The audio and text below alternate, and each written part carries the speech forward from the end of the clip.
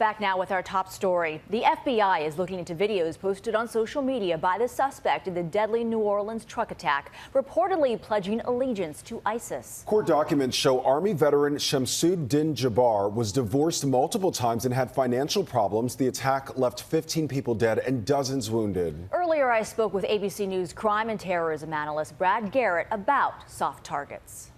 Brad, thanks for being with us this morning. Deadly ramming attacks have become more common in recent years. It's happened in Germany and France, but also in New York City and Charlottesville, Virginia.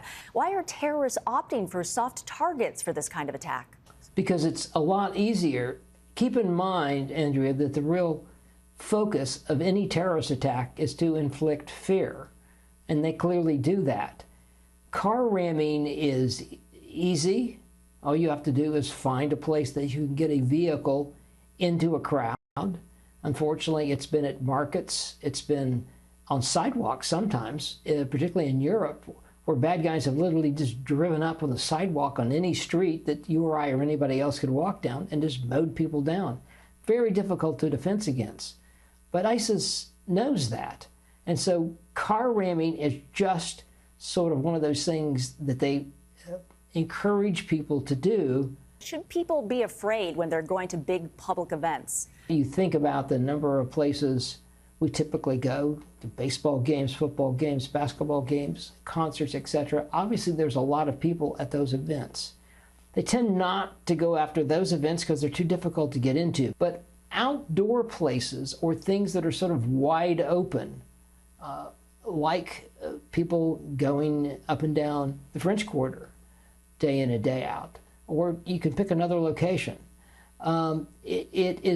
That's considered a soft target. I don't think people should be scared. I think people should go wherever they want to go. But the key word, Andrea, is you need to be aware.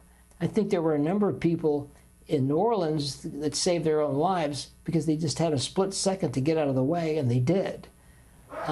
And you shouldn't walk around paranoid, but you definitely need to focus on your environment. And if you had to escape from it, how would you do it? Yes, the bollards were malfunctioning, and so they weren't up. But they placed a police car where the bollards are located. That's not great. I would have preferred a dump truck or a sand truck, something that you basically couldn't push over. He drove around the police car up on the sidewalk and then sped up, some people saying on 50, 60 miles an hour, until he was ultimately stopped. So it's another example of you've got to be thorough in your security, and that the bad guys look for vulnerabilities, and clearly, sadly, he found one. All right, Brad Garrett, thank you so much for your time. You're welcome.